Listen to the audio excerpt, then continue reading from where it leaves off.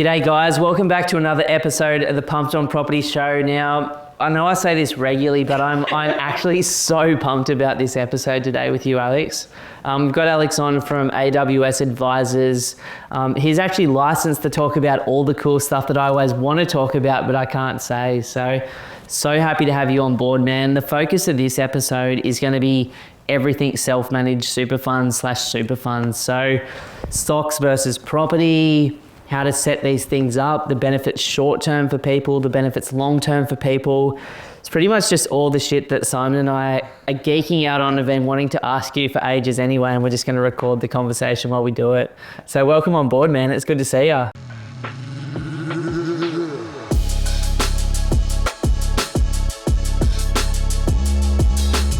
Thank you. I'll try not to disappoint after that great intro, but yeah, look, there's a lot of juicy content that we can get into. Like, I know it's you've really got to tread the line carefully when it comes to advice, but thankfully I can sort of cross that line willy-nilly and yeah, give a little bit more context about why this is such a great strategy for everyone. Well, everyone where it's appropriate for. I've got to keep my planner hat on occasionally, but it really can turbocharge your wealth creation, and why would you not consider it? It's a really powerful tool with the right team behind you. I love that. And I think it's coming at a really timely, time, because so many people that are reaching out to our business these days are asking the question, what is a self-managed super fund? Like, how can I invest in a self-managed super fund? What are the pros and cons? And obviously we can't answer these questions. So it's been super nice to have your advice, your support to sort of shed a bit of light on these things, because you look at the numbers and the amount of self-managed super funds that have been created recently, it's just huge numbers. And to be honest, we actually, it's weird to say this, but we actually have the government to thank for that. Yeah, right. We're at a point in our superannuation pension system that it has grown and matured into the 5th largest pension system in the world. Where do you think about the size of the Australian population Versus the global. Yeah. For us to be number 5 in the world, we have such a large pool of funds that is designed to create wealth for everyone's retirement. That's the sole purpose of superannuation, is to provide for your retirement. And with all of that money there, people who are younger have had superannuation their whole working life. So the balances are at that point that actually you've now got a really, really good chunk of money that you can direct and invest the way you want. So why wouldn't you? I love that, because let's say you're earning a couple of $100K combined, that's $20,000 a year that the government's kicking in, whether you want it, or your employer's kicking in, whether you want it to or not. Yep. And for me personally, like $400 a week or $500 a week or 10 grand a year is a significant amount of money to just leave on the sidelines, especially when you jump into those compound growth calculators that we all love and can see what that with leverage or with compounding returns can look like. So kicking things off, like Simon and I have just got a whole lot of questions for you, bro, and I'm just going to throw you in the deep end. What is super? Like, let's talk about that first, and then we'll get into self-managed super funds in a moment. Cool. I guess at its core, super is a tax-reduced environment that is designed to provide compound growth over time so that you can enjoy comfortable, happy retirement. That's what the vehicle is. It's one of the key features though is that it's preserved money. And the reason for that is that you don't use it to go and upgrade the family home.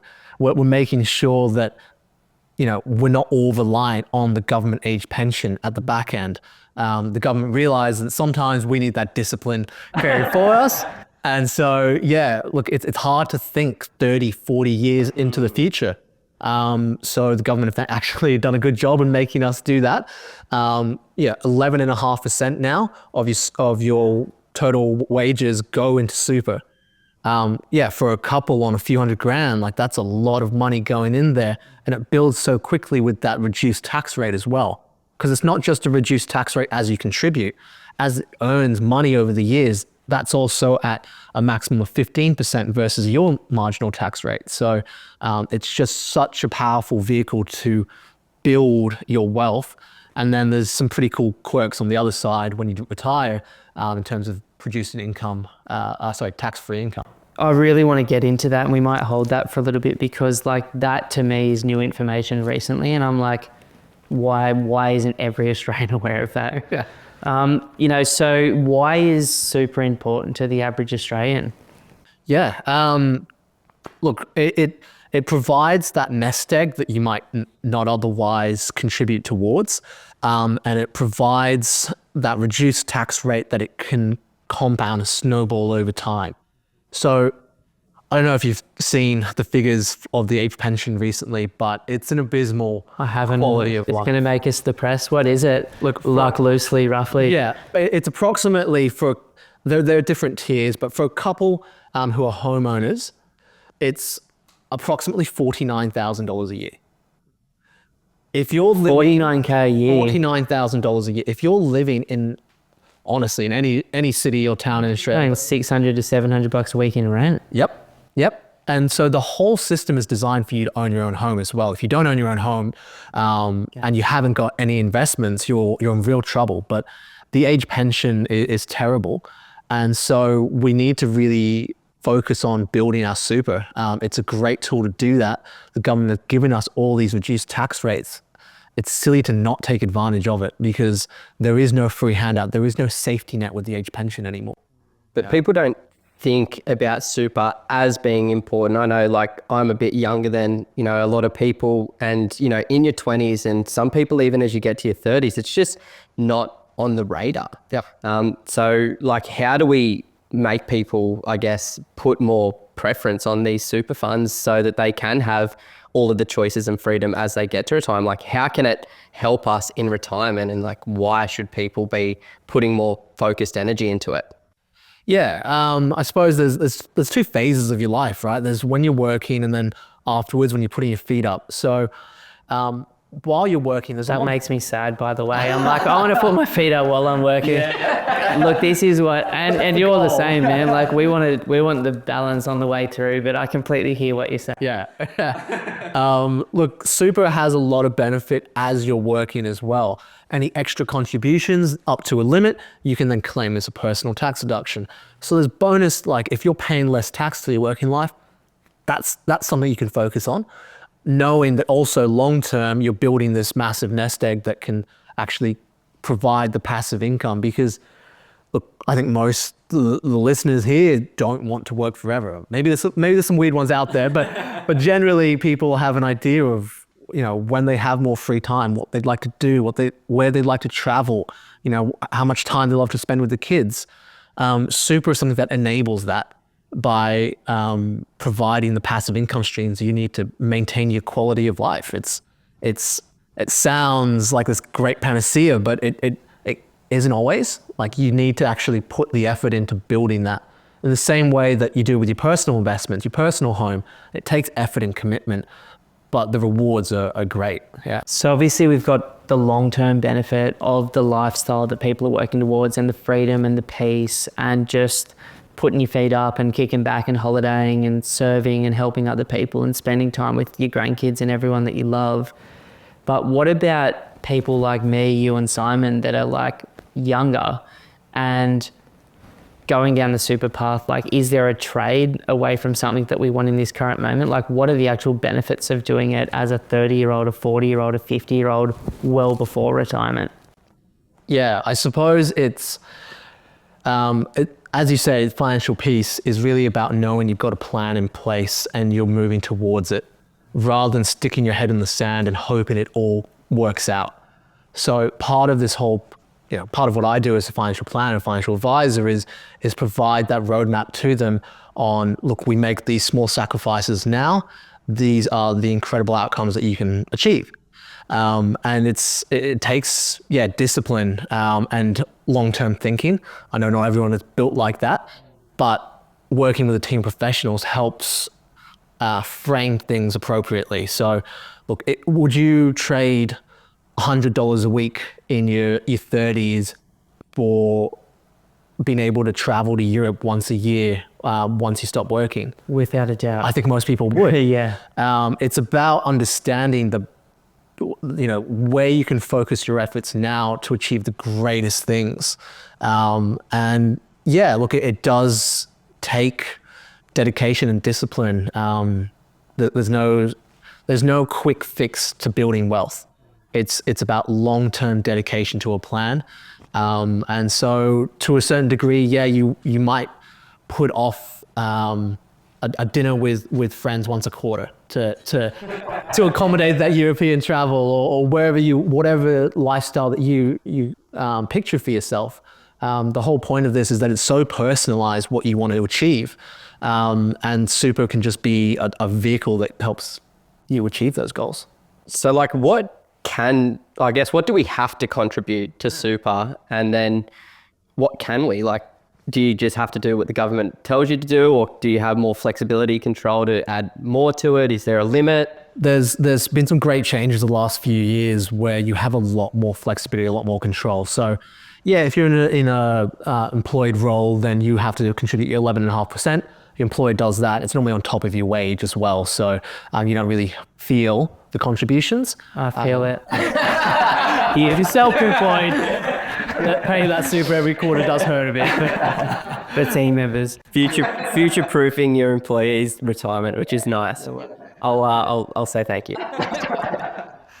You can actually contribute up to well, let me take a step back. There are two ways to contribute to super: before tax and after tax.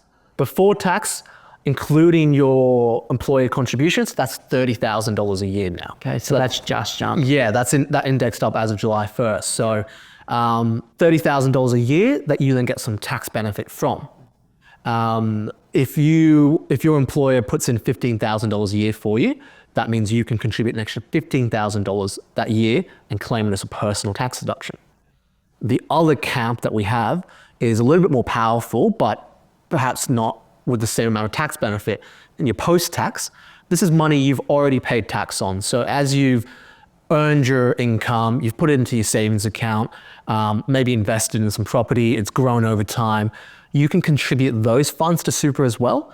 And that cap is a lot higher. That's $120,000 a year each. But you've already paid like a pretty significant chunk of tax on it. So it might not be the most tax effective way to dump money, but if you're trying to get a balloon in super, it can be a way to do it. Where I often see it used are for people who are self-employed, who perhaps in the early years of their company, they couldn't contribute to super. The cash flow wasn't there.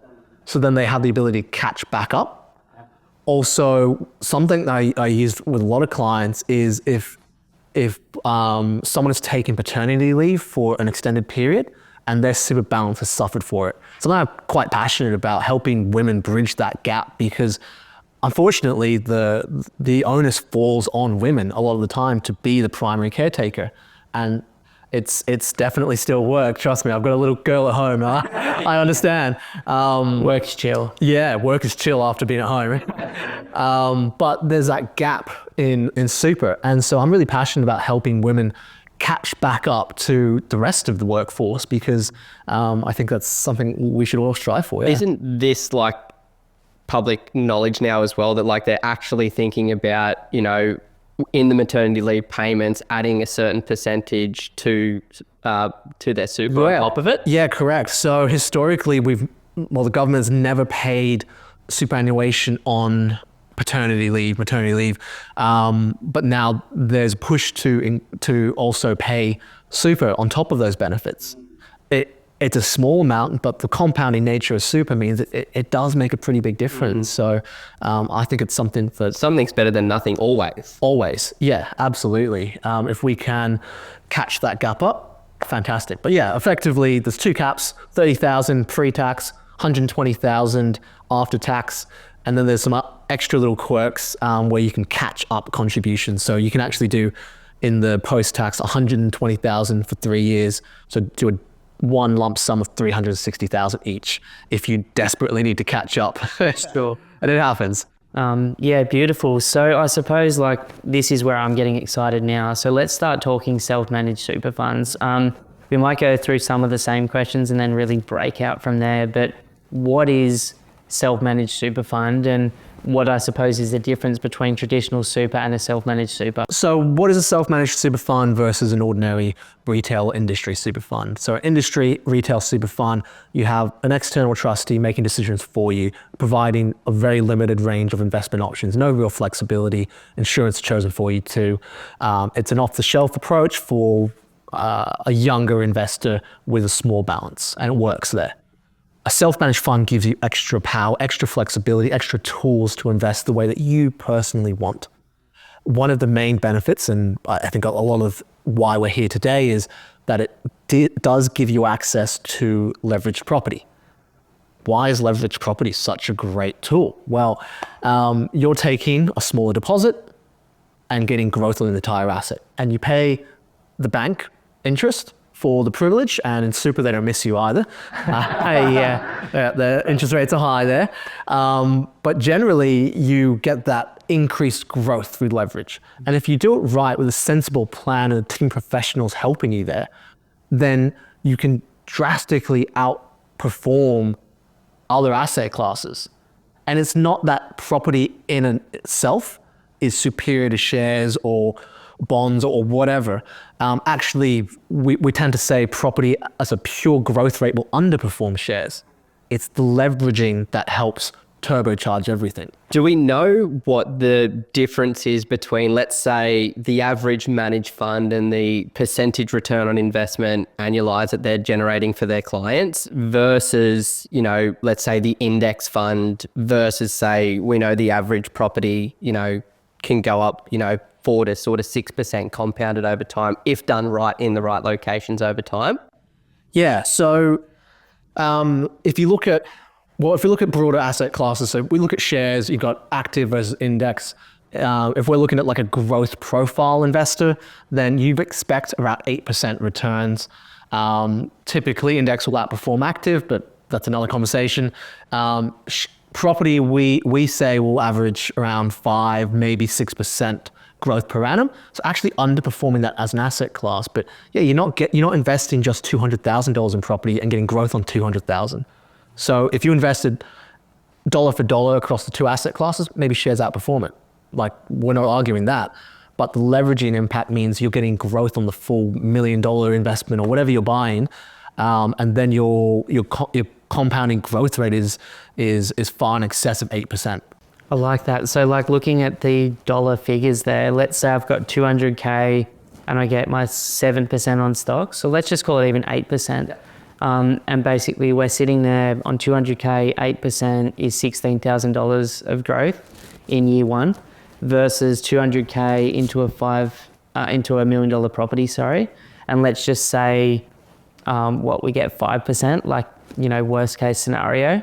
We're talking about 50K. So the difference of 16K in year one versus 50K compounded over a longer period of time is why leverage is just so powerful. It's not necessarily property or stocks. I like both of them. It's more leverage versus non-leveraged assets, particularly when you're young, can change your destiny financially by millions and millions of dollars. 100%. Like, this is not designed to be a session where we're bashing shares and property. Part of a proper financial plan is having an investment strategy that incorporates the fact that over time, year on year, different asset classes will perform better than others. Of course. Property will not always perform the best every year. There are cycles in that market as well. Same with shares, same with bonds, same with cash. Everything goes up and down. You look at research into it, what performs the best asset class one year might be the 10th the next year and then the 5th. And so having that broad investment strategy and having all aspects, all asset classes allocated to, then that reduces the level of risk. It minimizes you putting all your eggs in one basket. That's definitely not what we're advocates for. But the leveraging is hard to ignore. And especially as a young person with a longer term strategy, like if you're not trying to time the market, buy in and buy out in a 1 to 5 year period, and you've got time for index funds to work, you've got time for property on leverage to work, like the returns can be phenomenal, even as you go through those dry spells or those big dips that we have once every 7 to 10 years. Yeah. So how do we do it? How do you set up a self-managed super fund? Because I remember when I got my first job, and it's like it just automatically starts happening in a normal managed super fund. How does it differ for an SMSF? Yeah, it's definitely a conscious choice. You're going to engage a service to set up the super fund for you. So I suppose there are two ways people set up self-managed funds. There's Come to Alex, or they come to Alex. in an ideal world, yeah. Look, a lot of people don't understand the value of a financial advisor. I think the industry doesn't do a great job of promoting its values, but so sometimes people will go direct to a company online that can set up a super fund for them for free. And Wow. yeah, they'll do their annual returns for a reduced rate, and it sounds really great. But what you don't get are all the layers of experience and expertise and how you can actually, because self-managed fund, it's just a vehicle. You need to understand how to maximize that vehicle. Like it's no good hopping in a Lamborghini if you're driving, through the inner city like 10 kilometers an hour. It doesn't achieve anything. Or if you drive like me. I just don't think you feel like I could work the clutch on that bad boy or that. So yeah, how do you set it up? Normally what we do is, we take stock of where you're at right now. So I'm assuming that you're not going direct to an online service, going in with no plan whatsoever and hoping it all works out. It's quite a complicated structure, and ASIC are doing a lot more audits on them at the very start of it in the first place. So you kind of got to be wary of that. A professional advisor will work with you to really understand and build out your plan. So what are you trying to achieve with this? Where do you want to go? What are the outcomes you want? And then they'll really identify, is it actually appropriate for you? Because look, it is complicated. It's not for everyone. And that's okay. There are other great ways to invest. A self-managed fund doesn't have to be, like, if you haven't got one, you failed, but it's got to be the right fit for you and what you and your family want to achieve. I think that's important to note, because I talk to people all the time, and obviously I can't give financial advice, but these people come in, they set up a self-managed super fund that they've been paying for the setup and the annual fees 4 years ago. They've been sitting in cash, paying out all of this money and haven't done anything with it because they didn't have the stomach to go out and buy that property at the time that they wanted to, or they were waiting for some big decline that never came because the media was saying it might. And so these people, like, if they had have just kept it in a low cost, vehicle like Host Plus in the index fund, could have been $100,000, $200,000 better off on their $1 million over that period of time. So I love that you said that the first pulse check is like, is it actually right for you? Do you have enough to go and buy the type of property that you want to own? Do you have the stomach to go and pick up a property or a number of properties and hold them longer term, knowing that, it's a very different vehicle that's a lot more active than stocks as well. That's it. You really need to understand what you're doing and what you want to achieve there. A lot of what we do, my preference is that we go into it knowing what we can achieve and plan to execute. So we actually normally will refer a client to a mortgage broker whilst we're writing the financial advice, because how worthless and what a waste of everyone's time if I recommend a strategy that you can't even achieve. You've incurred all this costs and all this time and energy to achieve nothing, and you could have been in a better situation using an industry or retail fund. So I think it's really important to have, this is clearly what we want to purchase. We've fact checked ourselves knowing that based on your super contributions and the rent, the bank will lend to you. Therefore, we can execute this strategy. And then it's really just about picking up the right asset that fits. It's, you really accommodate it and have a clear intention of what you're trying to achieve. And so let's say there's, I'm assuming there's a lot more than this, but let's say there's the average family like mine that's in an okay financial position that wants to go out there and, establish financial peace, financial clarity and financial freedom in the future.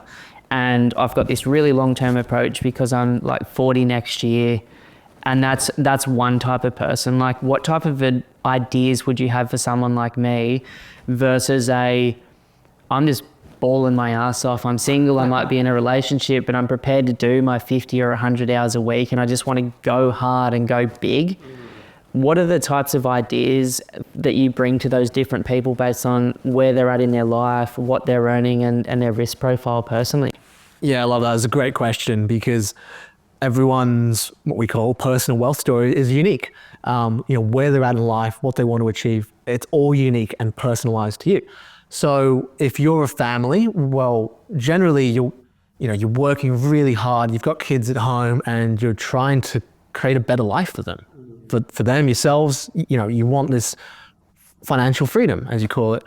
But how do you do that without a clear plan and what you want to achieve?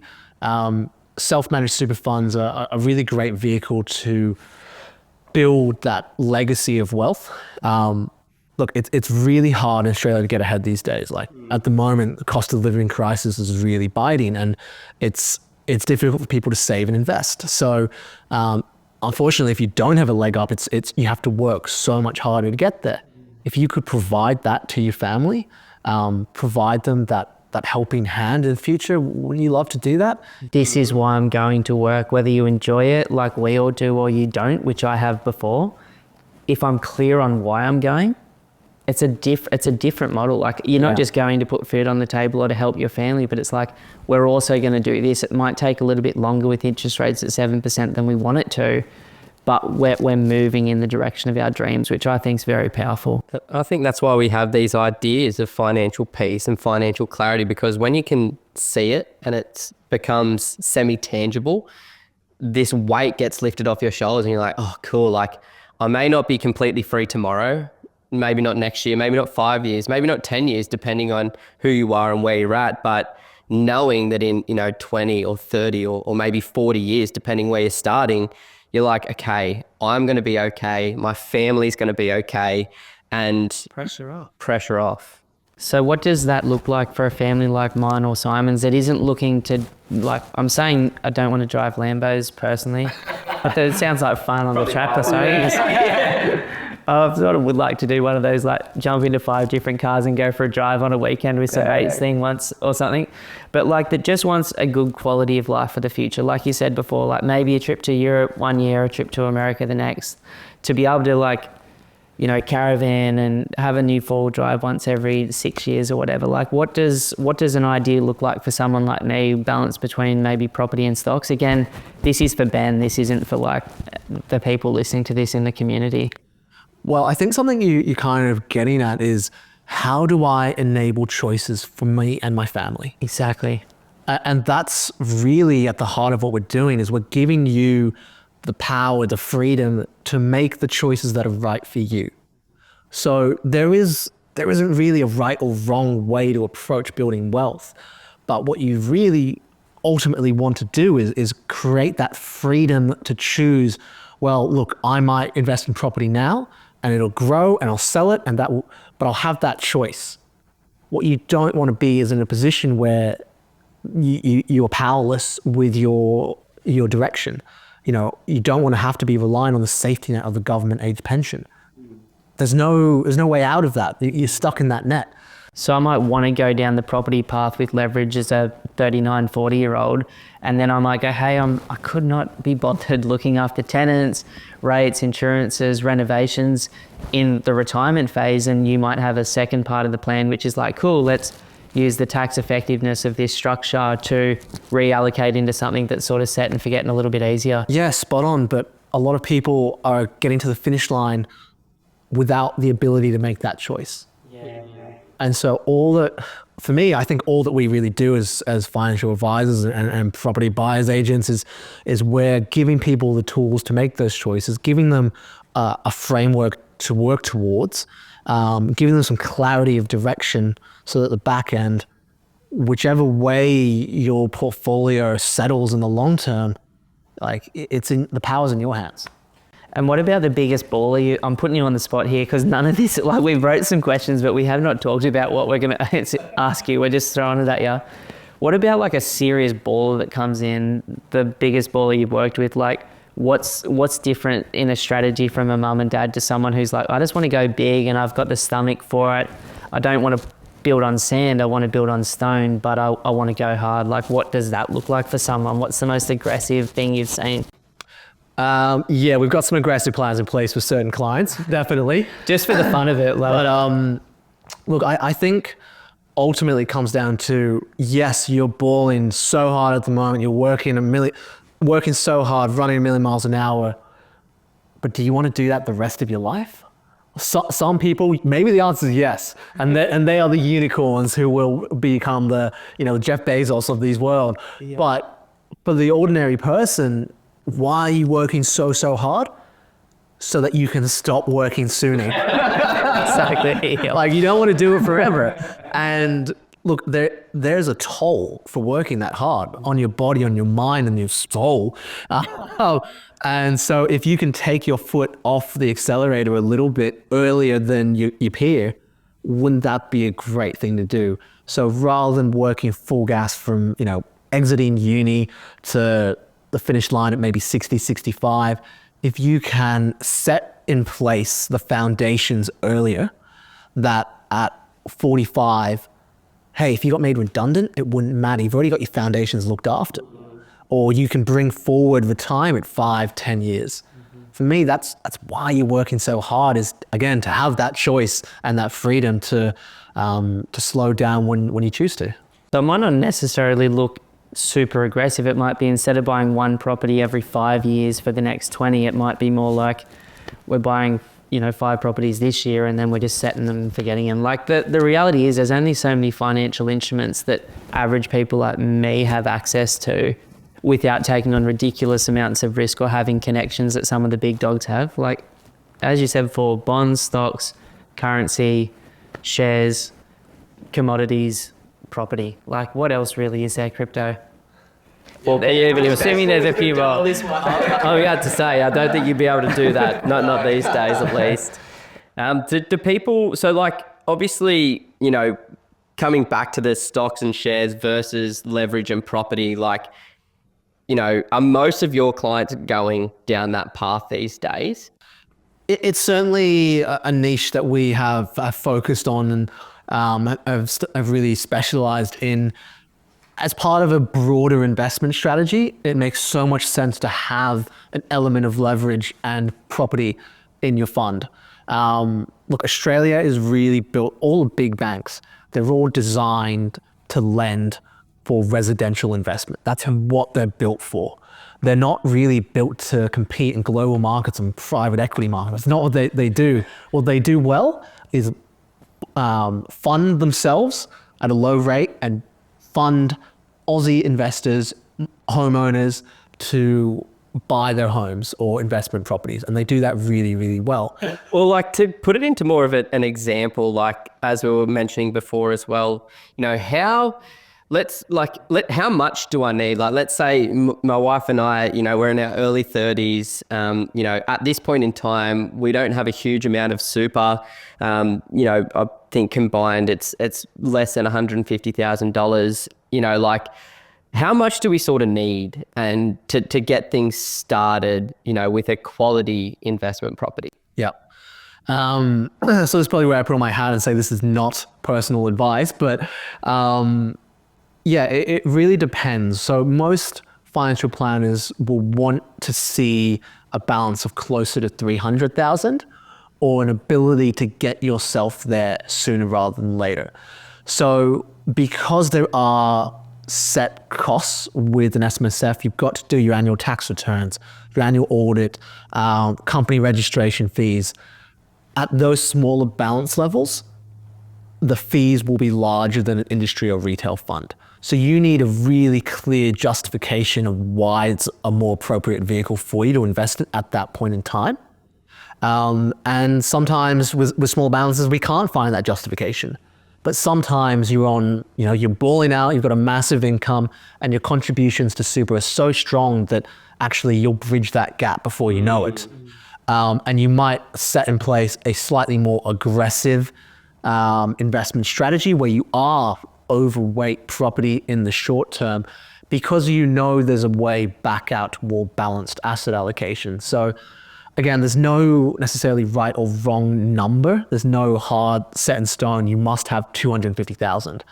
But the circumstances need to allow for it to be a smart vehicle for you to invest in. So I would say the number should be close to 300, or you need a way with strong contributions to get your way there. Or, people forget that, okay, you might only have 200 in super, but you've got all this equity in personal investment properties personally. Or how can we top up your super fund to enable that same strategy in super? Well, that was going to be the next question as well. Like, let's say I have an investment property with either equity or thinking about selling it or something, and I'm nowhere near that 250 plus range. How can you top it up, and is that generally advisable? And like, obviously no personal advice. Like, Not advisable at all, just an idea. Yeah, just Simon personally. Yeah, exactly. Yeah, cool. So the ability to redraw on mortgages in Australia is great. Topping up at super is a really good vehicle, is a really good way to catch yourself back up if your contributions historically haven't been great. But you also need to know that it's sustainable. So just being able to get the starting balance up isn't enough. You actually need to understand that, well, there are running costs for the property, for the fund. And if your contributions aren't high enough, then it's actually going to run out of liquid money very quickly, and you're going to be in a position where you need to sell the property sooner rather than later. So again, working with a team of professionals helps you look at all the pros and cons of, and it might be a good strategy for you, but maybe, okay, we'll go a scenario here where you're self-employed, you've got maybe 200 in super, the balance is a little bit low, but you haven't been contributing for a few years. Even if you were to top it up to 300,000, well, the bank probably won't lend to you because there's no history of contributions. So it's not just about getting to the right number. It's about, is this actually a sustainable investment strategy for me? Which is exactly how they look at you outside of super when they're lending, right? It's like, this property is going to cost you X when they're weighing up their risk versus reward. Do you have enough income coming into your bank account through your job or your business to service a loan? Tick. It's like, it sounds like they're doing the same thing in a super fund. Can this stand on its own feet without, this person working for a year or 2 years and them having to express sale of property at the wrong time? Yeah, spot on. There's two parts of property investing. There's the initial deposit, and then there's the servicing for the debt. And you need both components to pull off a strategy successfully. And there are ways to allow for that. So if you're self-employed, you start contributing and you work with a lender who's maybe a little bit more accommodating to self-employed individuals. So, if you've got your deposit sorted, then you can quickly build up the other side of the equation. But if you go into it blind without a plan, then you'll very quickly get into issues. Let's say you've made an offer and had an offer accepted on a property. Now you're applying for the finance. It's all going to blow up. So one of the things that I've been sort of looking at super for a little bit recently myself is like, I've accumulated some properties outside of super, but obviously lending's got ridiculously difficult in Australia since 2015 really. But now with interest rates being high and then wanting to get a little bit of all of your children's blood with the approval. So it's kind of at this place where it's like, there's a lot of people like myself that are sitting on a good income with good property, but maybe can't do anything outside of super. And then, some of those people might be, I talk to people every single day of every week, basically, that are sitting on 200K to $1 million in super, but they're not looking at that as, I'm like, what are you doing with that? I don't even know. Some of them, like, that's honestly some people, 500K, like, I don't know what my fees are. I don't know what my costs are. I don't know what my royalties are. Common because super's done for us. Done for us. And so, that's an incredible thing in that it's done for us. It builds over time to this sizable nest that you can invest with properly. But equally, it's done for us. So we're not as involved and proactive with the investment of that money. And so people, get to a point where they might have hundreds and hundreds, over $1 million in super, and it's sitting in a really basic industry fund in an investment option that's not even suited for them. So, and especially with it being so hard to service new debt in your personal world at the moment.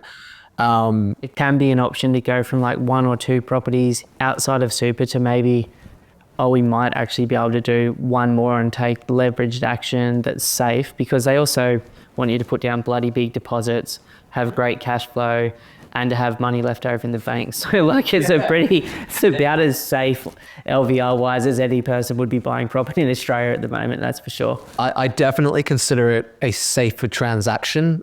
The 5% doctor's landscape. No, just like, you know, we buy blow us started. But you're right, like typically you'll want at least a 20%, really a 30% deposit on a property in super. You get a better interest rate generally, and you're in a much better cash flow position with the property. So large deposit, mandatory super contributions. There's not a lot that can go wrong if you have a proper plan in place and you're working with someone to find the right asset that fits your strategy. So if you're locked out personally, you've borrowed your maximum amount, super is a possible avenue to continue building on your wealth plan. Look, I'll draw the line in the sand. I'm not a licensed mortgage broker, but generally how it works with servicing and super is they will look at what are your contributions, what is the rent, what are the mortgage repayments. If there's a surplus, it services. It's actually independent of your personal position. So not looking at your incomes and your personal expenses. Well, they're looking at your contributions. Yeah. So if your income is low, but you have a history of really strong contributions, banks fine with that generally. If you're negatively gearing 3 properties in your personal name, but you still got the contributions and the rent on the property in super, fine. Sure. So it unlocks an avenue that people might have thought was locked off to them. Yeah. Sorry, I think because I'm so interested in this, I keep going down like very nitty gritty questions, and I'm fully aware that not everyone is. We're getting a personal session in the podcast. But going up a level to the bigger picture, like one of the cool things about someone like yourself is like you've gone to uni, you've been in the industry for a long time, you've seen a lot of things, but most importantly to me, every person that comes to work with you is a case study and someone that you can like analyze on your own merit. And the cool thing about being accountants, financial advisors, brokers is you see what's working and what's not for people based on their asset allocation, income, savings, etc. On everything that you've ever learned in this space, what's your personal investment strategy, your own financial plan for yourself and your wife, without going into all the details around numbers? But what does that look like short term as a young guy and longer term as an older dude that doesn't want to work as hard as you are now? Yeah, for me, it's identifying a few things. It's what kind of lifestyle you want and at what age you want that lifestyle. That matters quite a bit because super, as this incredible vehicle that we've built up, has a preservation age. What that means is you can't access it till age 60. Yeah. So if your plan is to retire at age 50 and you put all your eggs in the superannuation basket, well, how are you funding from age 50 to age 60, right? So for me, personally, and for most of my clients, it's this kind of swinging pendulum where depending on what you actually want to achieve, but generally you might focus on building your personal asset base first, especially if you want to retire before age 60. You're going to need that income before super can kick in. Yeah. So you might focus personally, but then over time, you actually want more of your assets in super because that is a much more tax effective vehicle in retirement. There's 2 phases in terms of tax with your working life and your post-working life. So during your working life, all your assets in super don't give you a hell of a lot of tax benefit personally, but long-term, that can be put into a tax-free income stream. So it's about swinging that pendulum over time and getting that capital base from being personally held into superannuation where it's going to be more long-term tax effective. So it's balancing, we're being really smart tax-wise during your working life in your early years, but then over time, how can we maybe sell an asset or refinance and top up super and build that same asset base up in super? And so that's what I call about like that swing in towards. And what does your personal allocation, like you think short term and long term look like? Like obviously you've got business and a young family as well. Business is its own asset class in itself, and it can often be like the most profitable one by far. So do you see yourself being a combination of property, stocks, and other things longer term personally, or how do you sort of see that cookie crumbling? Yeah, look, I do what I say. I You invest. actually do what you say? I know. It's rare. I invest in property myself, in my personal name at the moment, because where we're at, actually, that's where our focus has been. Yes, own a business as well, so that's another little asset that builds over time. But our super has been ticking away in the background, and for us at the moment, especially because we spent some time in London and there's a residency required with super, self-managed supers particularly, we haven't invested in property in our super fund. Sure. But now the timing is right that we're like, all right, well, we'll pull that trigger now. But that's because we had a clear plan of, well, we'll build up this asset base personally now and then shift the focus into super later. Okay. You only have, in a way, so much financial resources that you can direct, right? Of course. Like there's only so much water in that bucket. I didn't put any money into super for the first 10 years of my business, 8 years of my business, because I was just allocating outside of super. And then I got a new account and he's like, if you put like up to your 30K this year, it's only 15%. I'm like, what the fuck haven't I been getting this advice for the last 10 years? Because I would have put that over some of that overflow money into it. So yeah, now I'm sort of in that catch-up phase too, and it's just, even though we're in the space, like we're not these perfect investors that have this perfect past. Like I've had my own business for a long time, you've been overseas, and so it's like we're still practicing what we're preaching in the best way that we can, but obviously there's dudes out there that just want to take over the world and that are happy to do the 100-hour weeks, and I just know I'm not one of those guys anymore. Yeah, absolutely. Like my plan with my wife has always been that we'd love to retire before 55, closer to 50 if possible. And so our focus has been, well, we need some foundational assets in our personal name. Over time, we will then shift that focus aggressively to super, because then we have our bases covered from 50 to 60, and 60 super kicks in. So, but yeah, you need to be really intentional on what you're looking to achieve.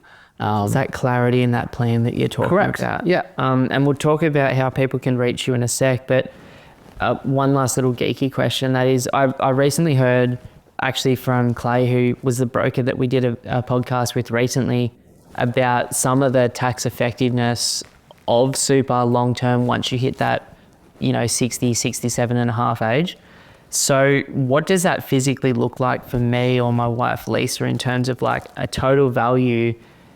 I couldn't believe what I heard. Like, I don't even want to say it because I don't know if it's real, but like almost tax-free stuff. Yeah. Like and this is at the time of recording this 2014 or 2024, sorry. Well, yeah. It could change, it will change exponentially by the time we're all ready to retire, because that's what they keep doing. Yeah. Look, there is always a degree of legislative risk with super, but importantly, at the moment at least, you have the ability to transfer your superannuation from accumulation phase into pension phase. So once you're older than 60, you can change the phase of your superannuation fund, and up to $1.9 million each. It's called the pension transfer cap. You can transfer into pension phase, and the income from that asset base is entirely tax-free. Entirely tax-free. So let's say that you've got properties worth, collectively almost 3.8 mil, effectively producing 200K a year of income after costs. It's just going into your bank account tax-free at that time. Absolutely. You sell one of those properties, like you sell $1 million property at that time, do you pay the capital gains tax on it? No, in pension phase, there's no capital gains tax. So 0% tax on those assets. It's out of control. Yes. But and the government's basically looking at like, well, that's a couple of people I don't have to pay 50 grand a year to in pension phase. Exactly. The government wants you to take advantage of this whole system. The reason super is taxed at a much lower rate is that it makes it this attractive long-term wealth building vehicle. So it's almost irresponsible to not take advantage of it. When you can consider, like, if you had that same 200 grand of income in your personal name, even after you're retired, you still pay tax on that at your marginal tax rates. And so that's a really compelling reason over time to push those assets into super, where when you're retired, you won't have that tax bill. It actually sounds too good to be true when you logically think about that. But like, I guess to play devil's advocate and look at the other side of the coin, like, what are some of the potential risks? What are some of the potential challenges that people face when investing in their self-managed super fund? Yeah, look, there's a lot of risk involved with any investment really, but particularly with a self-managed fund, you have no more professional oversight in terms of professional trustee. So you are totally in control, and that means you are totally in control of making mistakes as well. You can invest into something that is too good to be true. A lot of developers are out there as well, pushing for development finance through self-managed fund. Go set it up, fund this project, we'll pay you 20% returns. Generally, if it sounds too good to be true, it is. And ultimately, if you make a poor investment decision, that's considered a breach of the Superannuation Act. It's not actually the super fund that's liable for that breach and that fine. It's actually you personally as the director of the trustee. So they're really trying to get responsible investing in super as well. Yeah, absolutely. You have duties and obligations as a trustee of your own self-managed super fund. So if you don't understand those obligations, well, you need someone who's constantly educating you and coaching and advising you on how to do it properly, because ultimately it's not the advisor who's going to be on the hook, it's you as the investor. So you need to be well educated about what decisions you're making. It's certainly not without risk, but you can mitigate that by having a really, really good team that can help you, implement a sound investment strategy, take on risk that's in line with your risk profile. It's not, there is no one size fits all approach with super. It's very much got to be personalized for you. And I think as a financial planner, we're planning out all the possible strategies you have available to you. I'm not telling you specifically this is what you absolutely have to do. Here's some ideas, and based on some basic modeling where you might be as a result of that, and it's up to you to choose your own adventure because it's your money. Absolutely. Look, it's your destiny at the end of the day, and if you need to be comfortable with the investment decisions that you make. So, because you're next on the line at the end of the day. And is this why, you might lean more towards the side of people being like, maybe it's not the best idea to go to these online companies that set it up for free and just, you're on your own devices, unless you're a very experienced investor and you have a really clear strategy. Or even potentially, I know a lot of accountants can set people up these self-managed super funds, but those accountants may not have the investment knowledge to be able to provide you with the advice as to how you should allocate that SMSF. So this is where, some of the pitfalls could come.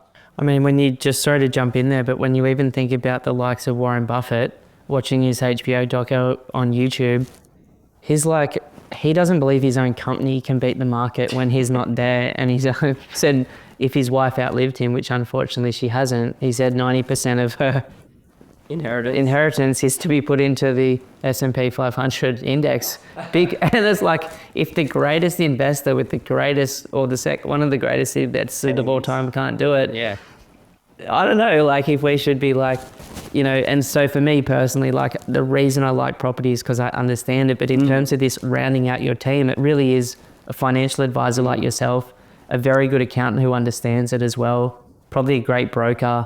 And then if you are in the property space, there's a lot of people listening to this that can smash it themselves.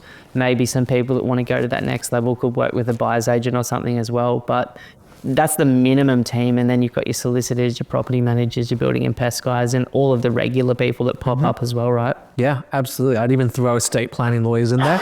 Yeah. Like, so much of what we're doing is, we're building generational wealth.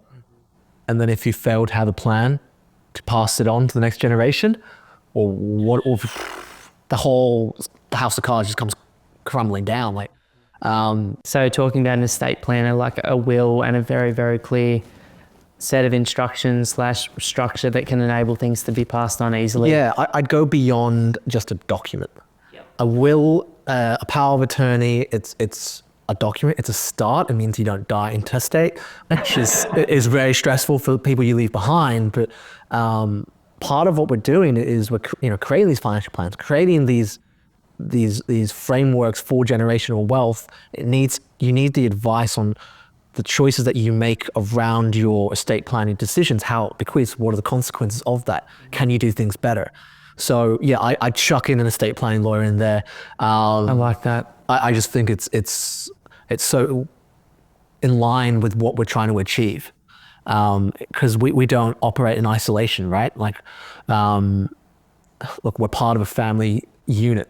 Even if you're an individual working a million miles an hour and you haven't got a partner and kids, there's definitely someone or somewhere that you want to leave your funds to. So I always think that should be part of the plan, part of the team as well. Yeah, love that. Look, is there anything else that you sort of wanted to talk while we're on super? Because the next episode we're going to do together is this is geeky and fun for me, but the next episode is the one that I really want people to hear and what I'm interested in, and that is this big picture, long-term planning, combination of fuzzy plus very specific stuff that we're going to talk about next. But is there anything else you wanted to drop into this one that was you're hearing yourself in the background thinking about? Yeah, I think with self-managed super funds, whilst they're this incredible snowballing, powerful vehicle to build wealth, like at the end of the day, it's kind of just giving you choices at the back end. So it's not necessarily where you are in life, your investment strategy will change. It's going to cater to your particular circumstances at that time. So as you're young and building, you're just trying to accumulate wealth. You might have negative geared properties because you're just trying to build out your asset base. But then in retirement, your priorities change.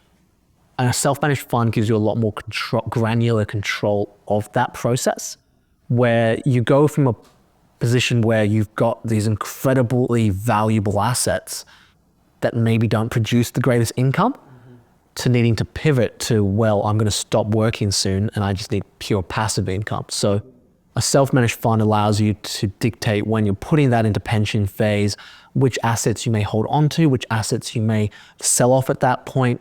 It just gives you that extra layer of control so that you can make the choices that are going to be right for you in your circumstances. I love that.